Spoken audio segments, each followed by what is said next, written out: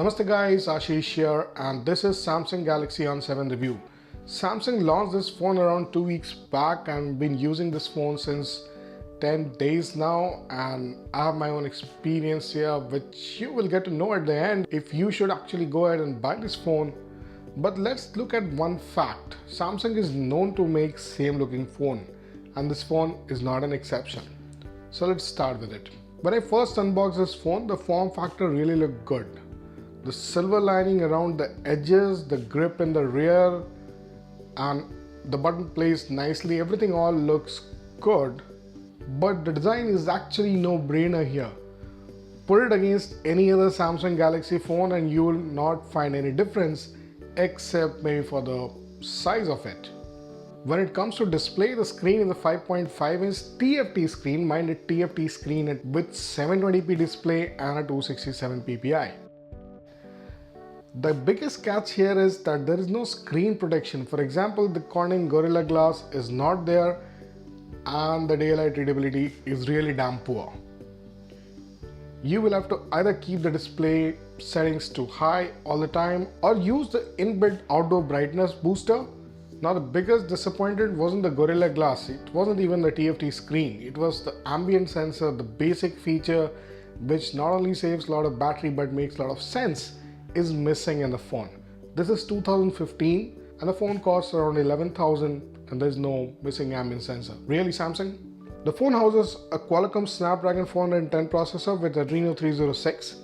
You get an odd 1.5 GB of RAM, 8 GB of internal storage with microSD support, a 13 megapixel rear camera and a 5 megapixel front camera. This version supports 4G on both the SIMs thanks to Snapdragon 410.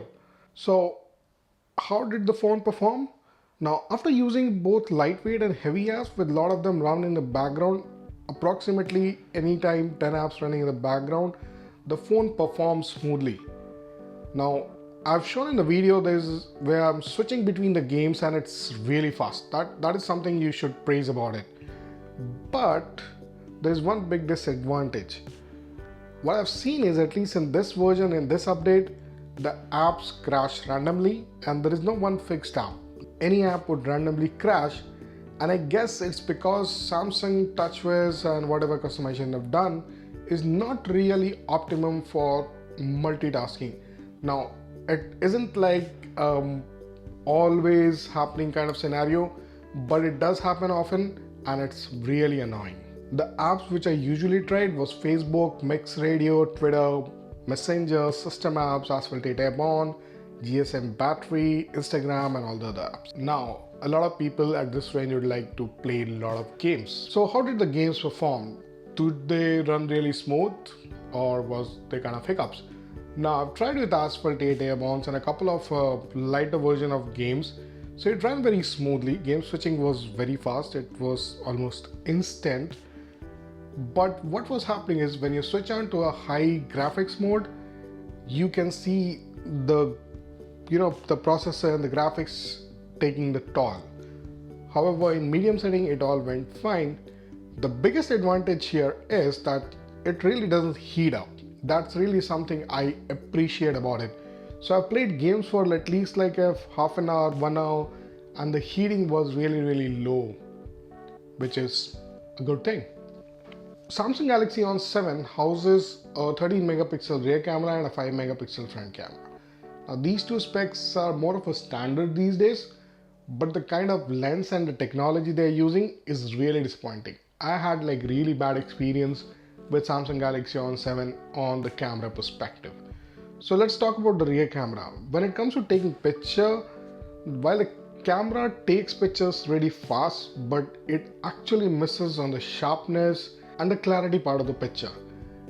And you really need to have a very stable hand if you are actually doing pictures and taking pictures and shooting videos. Now, even though the camera comes with a lot of settings and filters and option to choose the quality of the video, but at the end, when you don't get the right quality of picture, you really get disappointed. This is what is happening in case of Samsung Galaxy ON7. Now the front camera did okay, but it was again disappointing because I was looking for a sharpness, more clarity. It isn't there on any of the cameras here. Take a look at the pictures below in the description, in the post, in the video, and I've also added a sample video here which you can take a look to find out the stabilization which happens during taking the video.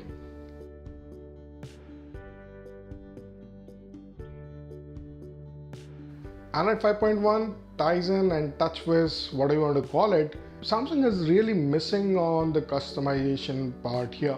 Now, I'll not say that you really want customization, everybody wants customization, but a lot of them do really want customization, and people actually looking for customization is going to skip this phone big time. Reason is it comes with all basic things, all the latest stuff. There's a bit of customization possible with Samsung Galaxy ON7, but not really that will excite you big time.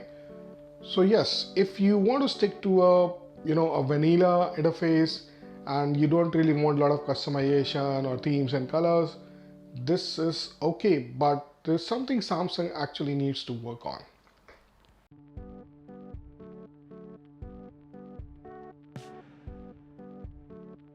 Audio playback and music.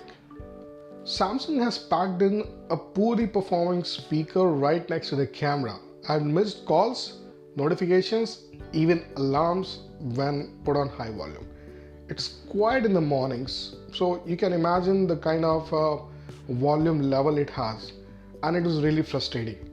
When using earphones, however, the audio experience was decent with clear and light volume. The one thing I'll put in here is there's something which I really liked about Samsung Galaxy ON7 is the Mix Radio app. Now, Mix Radio been very famous from the Nokia times. It was Nokia Music basically, then it evolved into Mix Radio and it was exclusive to the Lumias. Now it's available on all the platforms. So Mix Radio has partnered with Samsung to put Mix Radio on all their phones, and this is the start of that with Galaxy ON7. Now, even though it's an online music streaming service, but it comes with a very nice feature called as offline playback, which supports even if there is no internet on your phone, you can just download a collection of songs, not individual songs of course, but you can download a collection, probably a theme, the latest theme, maybe Shah Rukh Khan or whatever is there. You can download it and you can keep on playing as much as you want. Nokia Music has a huge collection of music from every country and genre, so don't miss that out. The call experience was really smooth. I've tried it at lot many places while roaming, off roaming, and if the network stays strong, there's no call disconnects and so on.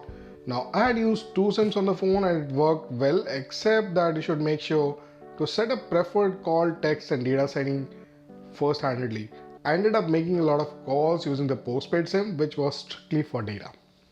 The phone lasts for the max of 15 to 16 hours with only 3 hours of screen on time when used on 4G, 3G, Wi-Fi. So I have a 4G SIM, I have a 3G SIM, and I use Wi-Fi at office. Now this is actually disappointing because the phone houses 3000 mAh battery and the phone's screen on time is really low. The phone takes a bit of time to charge when you put it in a 1 ampere charger, around like 3 hours approximately, and when used with a 2 ampere charger it takes like 1 hour 45 minutes or so. At a price of rupees 10,999, the phone sounds good, but the biggest problem is the competition. Samsung's own J series has Super AMOLED display. CoolPad Note 3 costs only 8,999 and is an overperformer for that price. When it comes to the OS, experience is typically TouchWiz. So that said, while everything might sound you to be okay and it's a okay phone, but the biggest problem is there is no innovation. Samsung is actually minting the name by putting up a lot of phones with similar hardware config, and it leaves the customer actually confused. Now I'd recommend any other phone compared to this if you're actually putting 11,000 on this. So guys, thanks for watching. This was all about Samsung Galaxy ON7, a phone which I will not recommend you to buy. But if you like the plain vanilla OS and you want the Samsung customer care support which has a good track record, then you can probably go ahead with it and enjoy the Mix Radio for sure. But other than that, this phone is actually not recommended.